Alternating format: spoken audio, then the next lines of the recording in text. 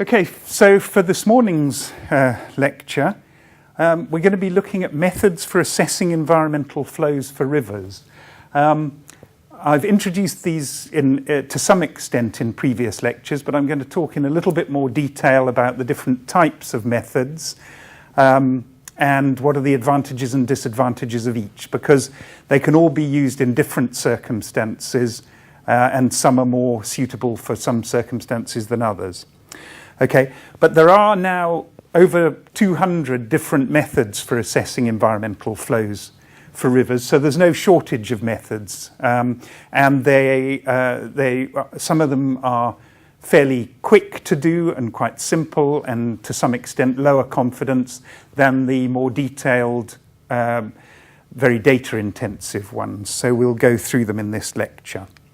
Okay, so these are the sort of results that one's going to get typically out of an environmental flow assessment. This is for a particular site on the Kenya-Tanzanian border on the Mara River. And the brown and green lines here represent the recommended environmental flows compared to the blue line, which is an indication of the present day flows in the Mara River. Okay, so on the y-axis you've got average monthly flow in cubic meters per second, and months along the x-axis, and the brown line is indicating the base flows for each month during the wet season and during the dry season, and the green line is indicating the flood requirements during the wet season. And this is for what we call a maintenance year, or a fairly normal year when you would expect all the normal ecological and biophysical processes to be operating very well. In contrast to, say, a drought year at the same site, once again you've got the brown and green lines representing the recommended environmental flows compared to the blue line representing the present day flows. Okay, so the question is, how do we get to this kind of recommendation for a modified flow regime? And that's what the environmental flow assessment methodologies are all about. Okay, so I introduced in a previous lecture the generic types of assessment methodology: hydrology-based or look-up table approaches, the extrapolation approach, hydraulic rating methodologies, habitat simulation methodologies, and holistic methodologies, okay, which are more or less in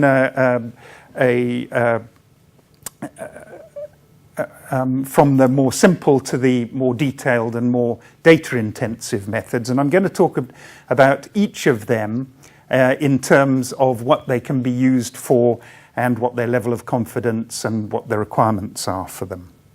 Okay, so starting with the hydrology-based or look-up table approaches, there are a number of those. Typical is the range of variability approach, which has now more or less been updated to the index of hydrological...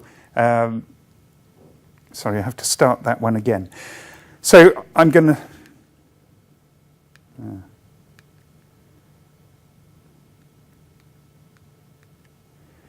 So I'm going to start with the hydrology-based or look-up table approaches, of which there are a large number now, perhaps the simplest types of approaches. And typical of those would be the range of variability approach by Brian Richter and colleagues from the US Nature Conservancy, where you've got basically hydrological, as long as you've got daily hydrological data. It looks at 32 hydrological statistics, such as mean, annual, maximum, and minimum flows, 7-day and 30-day maximum and minimum flows, and so on. And it defines a range of acceptable variation in terms of the natural flow conditions of the river. And the aim is to maintain the essential variability, to provide the wet season flows, the dry season flows, drought years and wet years, and so on. But it's based entirely on hydrological data with the assumption that different flows carry out different ecological processes and functions in the river. And then the second one, perhaps the original and in some ways the best known of all the environmental flow assessment methods, is the Montana method, developed by Tennant in the mid-1970s and used quite considerably. So if we look at Donald Tennant's Montana method, this is the original look-up table that he produced. And he describes it as the Montana method for prescribing in-stream flow regimes for fish, wildlife, recreation, and related environmental resources. And basically what he did was he looked at a number of rivers in Montana and extrapolated the results to other rivers in the United States. And he looked at what habitats were inundated. He took photographs of different habitats that were inundated at different flows, and he came up with some general rules, and these are indicated on the left-hand side, that depending what kind of condition you want to keep the river in, these are the recommended base flows for wet seasons and dry seasons. And so basically he came up with a flushing or maximum flow as the requirement being 200% of the average flow in the river. For an optimum range of conditions, 60 to 100% of the average flow during both seasons. For outstanding conditions during the wet season, 40% of the average flow. During the dry season, 60%. For excellent conditions, 30 and 50. Good conditions, 20 and 40 in the different seasons. For fair or degrading, 10 during the wet season, 10% of the average flow, 30% during the dry season. And for poor or minimum, 10% during both seasons. And severe degradation, he felt, would be the consequence of anything less than 10% of average flow. Okay, so that can be applied, as long as you've got some hydrological data, that can be applied instantaneously. Okay. Similarly, well, perhaps a little more complicated, the indicators of hydrological alteration, which was developed again by the US Nature Conservancy, examines over 67 relevant ecological statistics derived from daily hydrologic data. So to use this method, for which the software is freely available on the internet, you need daily hydrological data. But basically this will analyze that hydrological data and provide you with a number of recommendations in terms of these different hydrological statistics. So again, a relatively instantaneous method that can be done fairly cheaply. Okay, if we look at the advantages and disadvantages of these look-up table or hydrology-based approaches, they're inexpensive and rapid with simple data requirements. As long as there's some hydrology, they can be used. They can be regionalized. In other words, you can provide results for a large number of rivers in a particular region. They're suitable for what I've called reconnaissance level assessments, okay? Initial assessments where you want a quick answer of the sorts of volumes and types of flows that would be required in any river. And they can be upgraded by professional judgment or local input by field work or local knowledge of rivers. The problem with them is there's an absence of specific ecological support. There are assumptions that particular flows will provide particular habitats and ecological conditions, but those are assumptions. So you have low confidence answers. These methods are difficult to defend if there's a conflict situation, if somebody wants to use more water than is being recommended. And there's a danger of extrapolation to unsuitable different regions. In other words, the Montana method was developed basically from rivers in Montana. If one's going to use it in Africa, South America, Asia, or wherever, there's an assumption that the same kind of ecological rules apply, which may or may not be true. Okay, so that's the simplest type of methods. This extrapolation approach is an approach which was developed in South Africa by Dennis Hughes and a colleague of his in the year 2000. And what he looked at, this can be used in, or can be developed in any region where there have been detailed environmental flow assessments for a number of sites on a number of rivers, because it's basically an extrapolation approach, a correlation of previous detailed assessments of river sites, and the rivers are typed by regional and site-specific flow characteristics in terms of a hydrological index, which I'll talk about a little bit in a moment, and by generic ecological objectives, and what he's used is A to D, where A represents natural unmodified conditions, B would be slightly modified, C would be moderately modified, and D would be largely modified. Okay, so if we look at a hypothetical example of this extrapolation approach, what we can see is on the y-axis we've got the annual total requirement in terms of the percentage of the mean annual runoff that would be required to keep the river in an A, B, C or D condition, okay, where A is the green line at the top, B is the blue line, C is the brown line, and D is the pink or red line. And each of the stars is a detailed assessment of a particular site using, say, a holistic methodology or one of the habitat simulation methodology, one of the detailed methods.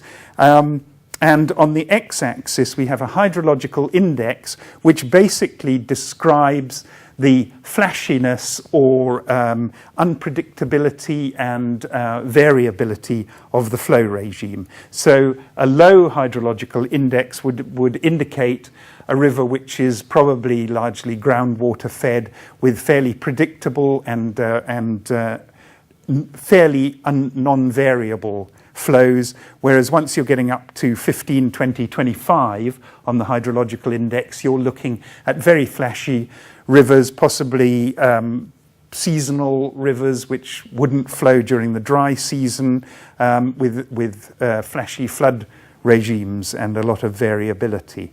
And what he found that was, if you correlate these detailed results, you find that the assessments or the recommended flows for those more stable, less variable rivers tended to require a higher percentage of the MAR for any particular ecological condition than those more flashy rivers. So what you can see is that you might need 75 to 80% of the natural mean annual runoff if you want to maintain a very stable groundwater fed stream in an A class or in an unmodified, not significantly modified class. Okay. Similarly, for a highly modified river in a D class, but again with a stable flow regime, you would require maybe just over 30% of the flow.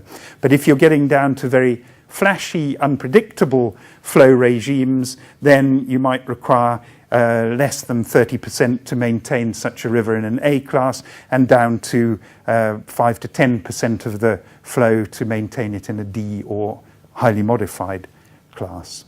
Okay, so that's a method that has been used in other parts of the world as well as South Africa, but it does require quite a large number of detailed assessments to be done to provide the background data from which to extrapolate. Okay, the advantages and disadvantages: it incorporates previous expertise and experience. It's very inexpensive and simple to apply. Once the model has been developed, it can just be read off for any particular river, as long as you've got some hydrological data and as long as you can have some decision as to what particular class from A to D, what condition you want to keep the river in.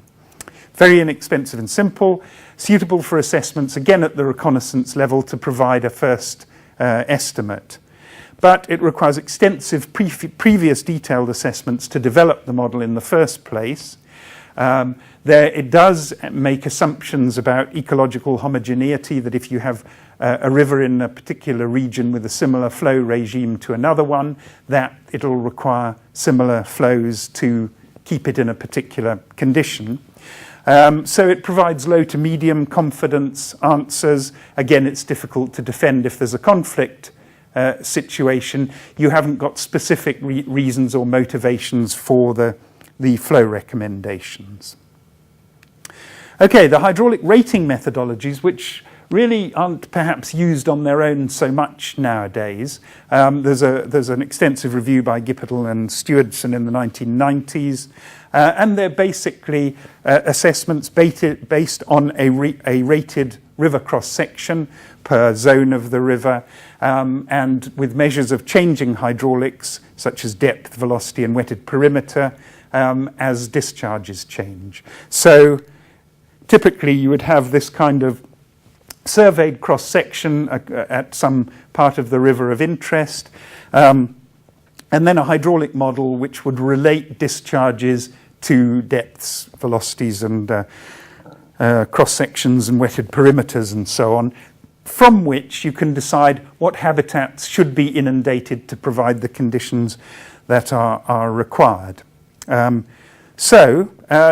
advantages and disadvantages: it can incorporate ecological habitat information if that's available. It's relatively inexpensive and simple to apply, as opposed to the initial two types of method.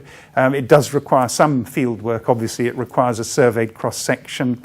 It's flexible according to the available data. You can use it in terms of habitat availability if you don't have specific ecological information, which habitats are inundated at which flows. But if you do have detailed ecological information about the depths and velocities and habitat requirements of particular important organisms, you can incorporate that as well. So it's suitable for assessments at the reconnaissance or medium level, but there are simplistic assumptions about extrapolating from single cross-sections to whole reaches of rivers, that the conditions at one cross-section will be typical of that part of the river. So it's low to medium confidence, and again, difficult to defend if there's a conflict situation. Okay, then we get to the more labour-intensive methods, the habitat simulation methodologies, of which the best known is the in-stream flow incremental methodology developed by Milhouse and colleagues in the United States in the 1980s, and subsequently upgraded over the years and still in considerable use. What it basically does is to use multiple cross-sections to model habitat changes over a stretch of river with changing flows. So there's a hydraulic habitat model over a section of river, which is then linked to habitat preferences for selected or target biota, and that can help to identify flows at which optimum habitat is available, at which minimum habitat is available, and so on. So I've shown this before. You would typically take a section of maybe 100, 200 meters of river, survey a number of cross-sections across it. Each of those cross-sections in the PHABSIM model, the physical habitat simulation model, which I've mentioned before, which is a central model of the IFIM process. Each of those cross-sections is used to characterize a section or part of the section of river of interest between that cross-section and halfway to the next cross-section. So the hydraulic model produces results for a number of cells in the river, characterizing them again in terms of depth and current velocity and substrate type and so on. That hydraulic model is then linked to and here's a picture of an example of the typical kind of section of river, and this is at quite a low flow, showing at the bottom there the kinds of depths at a flow of 0.68 cubic meters per second in this quite small lower Buffalo River in South Africa. So that hydraulic model is then linked to the habitat preferences of particular target species, and this Chiloglanus anoterus, a small rock catlet living in the low-felt rivers of South Africa and very flow dependent, and we've characterized this species in terms of the velocity preferences, depths, and substrate cover types. And PHABSIM will link that to the hydraulic habitats available. So you get these sort of example results, which I've shown previously for the Sabi River, showing how the weighted usable area or preferred habitat on the y-axis reduces as the flows, as the discharges are reduced at low flows for all these target organisms. Okay, so advantages and disadvantages. You get a high resolution characterization of habitat availability at different flows. It's flexible for the assessment of different flow scenarios. So once you've built and run the model, you can look at different flow scenarios and assess them. It's in frequent use, particularly in the United States, with a high degree of scientific acceptability, and has been used in court cases to defend the requirement for environmental flows successfully. So it's legally defensible, at least in the USA. The disadvantages is that it's largely confined to the requirements of target species, and it was in fact developed mainly to provide flow recommendations for commercially important fish stocks such as salmon and trout in the United States. So rather than looking at ecosystem requirements, it's looking at very much at target species. It's resource and time intensive to set up in the first place. There's limited transferability between rivers. One has to do the field work all over again for each part of each river to be assessed. There's quite a complexity of computer programming. There's quite a level of expertise required to understand how the computer programs run and what the results indicate. And it's got very low resolution of other aspects, such as things like water quality, sediment transport, and social and economic issues. It doesn't really deal with. It just deals with what are the habitat changes, or the preferred habitat changes with different discharges. So from that point of view, it's quite a precision instrument, but perhaps not really widely applicable. Okay, holistic methodologies, which have become more and more used in the past 10 to 20 years, typically such as the building block methodology developed by King and Lowe in South Africa and extensively used there. And these holistic methodologies are based on on a multidisciplinary expert panel. Okay, a number of people from different disciplines such as hydrology, ecology, water quality, geomorphology, social and economic issues. And they have to do their field work and then come together to relate habitat availability for a range of indicators, vegetation, fish, sediment transport, water quality, invertebrates, and so on, to different flows. The specialists come together after doing their preparatory work to hopefully reach consensus on flows required for predefined objectives. Okay, so it's a consensus method. This is the kind of results that one comes out with. This from the building block methodology, where you've got the months, different months along the top, the maintenance or flow requirements in terms of flows for a normal year when you would expect all the ecological processes to be functioning reliably, maintenance base flows, maintenance higher flows, capping flows, which would in some cases where you've got regulated rivers which are providing unseasonably high flows, one needs to put a cap on what the biggest flows for different seasons could be.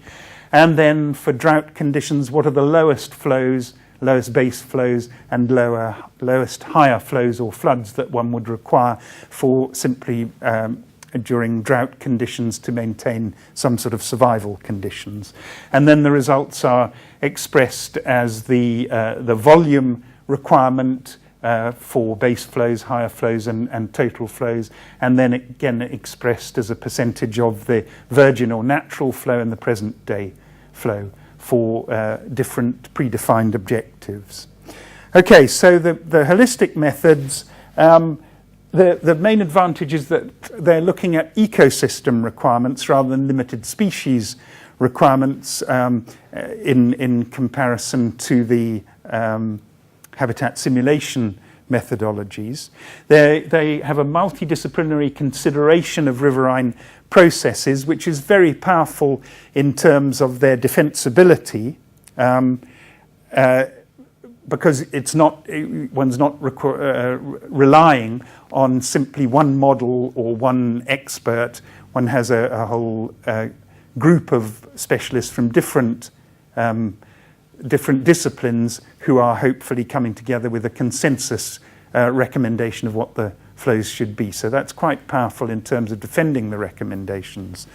They're flexible in response to data availability. If you have very good historical ecological data, that's useful. If you don't, you can base things on particular species which are well known or particular habitat types which are assumed to be important to maintain. So you get high confidence answers because of the specialist consensus, and there is a potential for regionalization. In other words, you can use these methods to come to general conclusions about the regional flow requirements. But they do require high resource requirements. They require quite a lot of hydraulic surveying. They require quite a lot of hydrological data, and they require quite a lot of ecological biophysical field work to be done to get high confidence answers. And there may be, particularly in data sparse situations, subjectivity which may result in different specialists coming up with variable results because of their own personal biases. But generally speaking, because you've got a group of different specialists, this can be overcome. Okay, so that's the holistic methodologies. Some of the recent developments in terms of particularly holistic methodologies, the downstream response to imposed flow transformations developed by Brown and King and in use in many parts of the world now, and the flow stressor response methodology, which is really a development from the building block methodology and is quite in quite common use, particularly in South Africa now. And then very recently, ELOHA, the ecological limits of hydrologic alteration, developed by a worldwide group of environmental flow scientists and being tested now. It's a regional method, and I'll talk a little bit about those. Okay, so the drift is a holistic top-down methodology, and by top-down what we mean is it predicts the effects of successive flow reductions as opposed to the building block methodology, which builds up a modified flow regime. So with drift you're looking at what's the natural flow, what would happen if you took off some of the wet season high flows, some of the wet season base flows, and so on. So it tries to predict the effects of successive flow reductions on a range of indicators. It develops a database of thousands of individual consequences and their severity to flow reductions, and it incorporates social and economic costs and benefits at some level, depending on what information is available. Okay, so drift, the top-down approach is precautionary, whereas in the building block methodology, one's got to be able to identify all the important flows.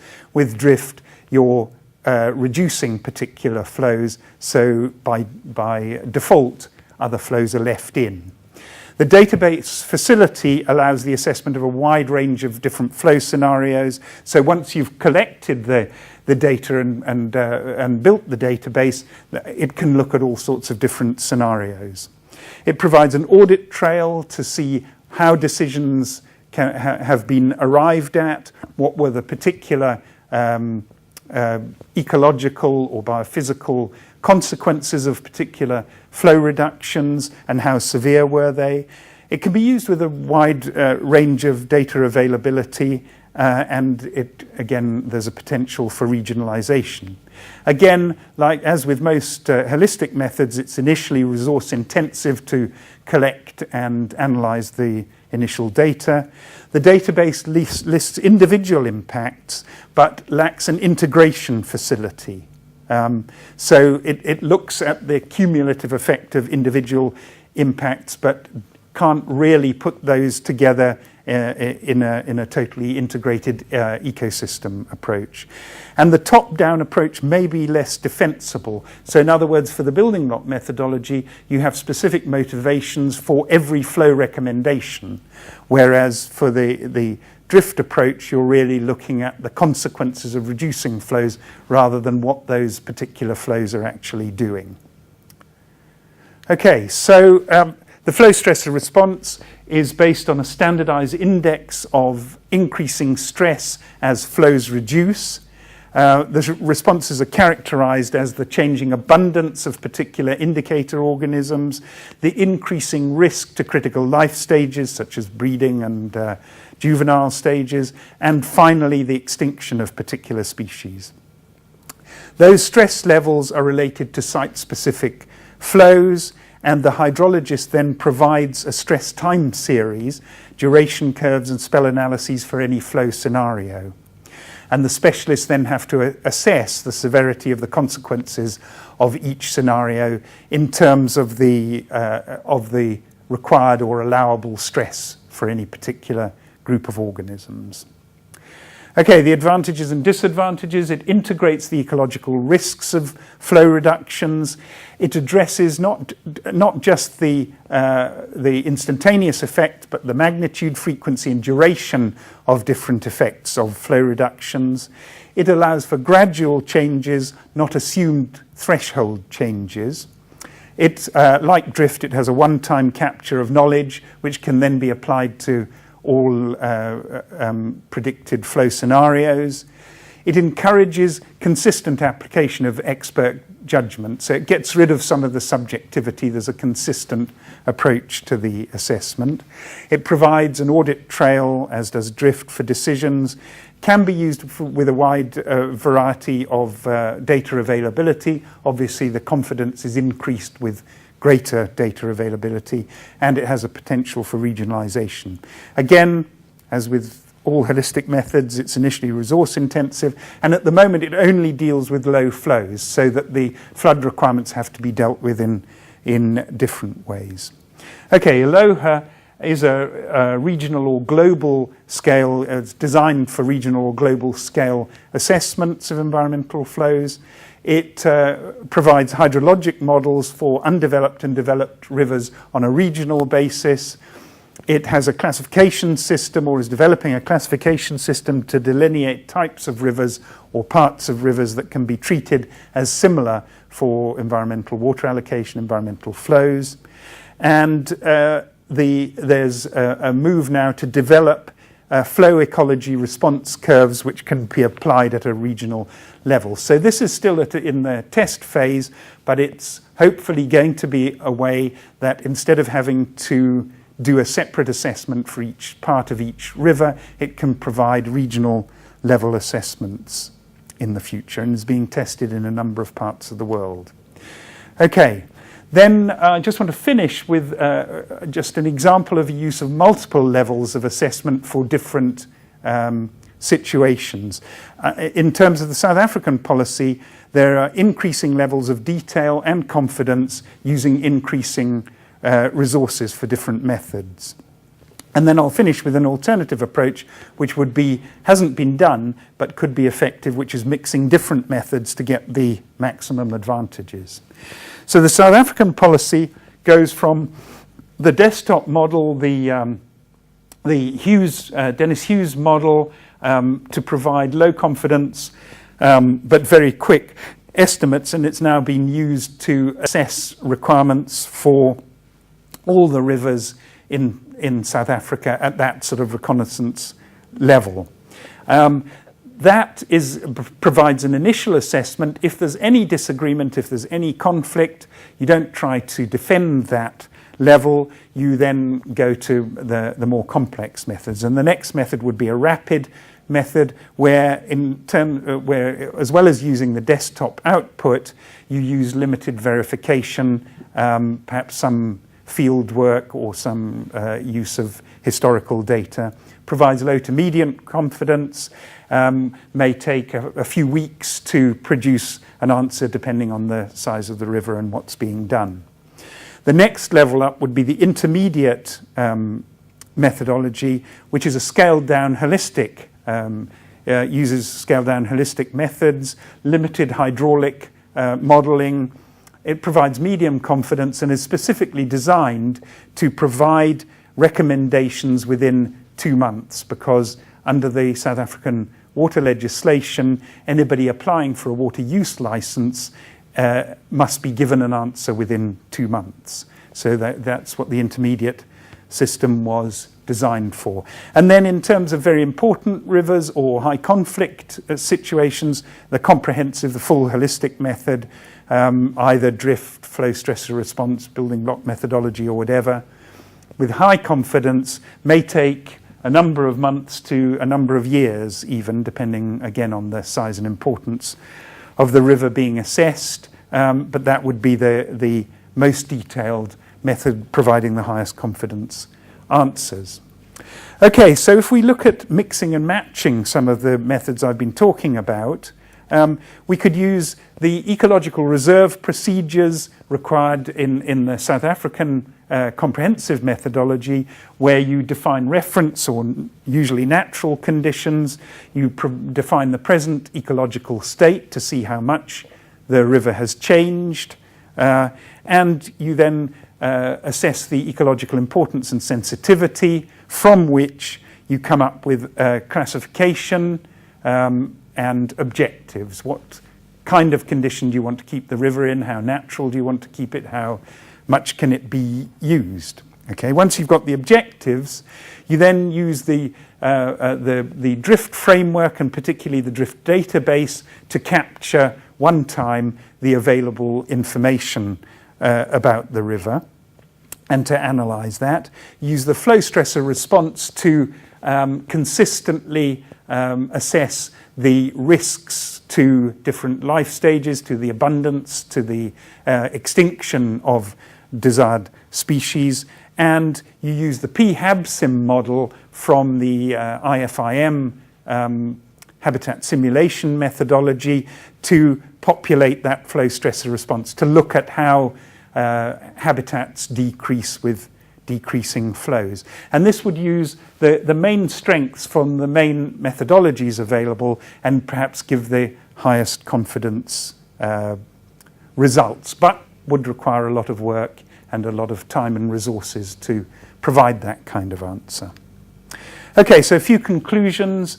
What we're dealing with is gradual changes and thresholds as flows are changed or reduced in rivers. We're not seeing ecosystem crashes until we're at a level where there's either no flow left or no surface water, which is patently beyond the requirements for environmental flows. So we're looking at gradual changes and thresholds, and what that means is that people have to set objectives for what kind of conditions they find acceptable. There's a scientific process in terms of the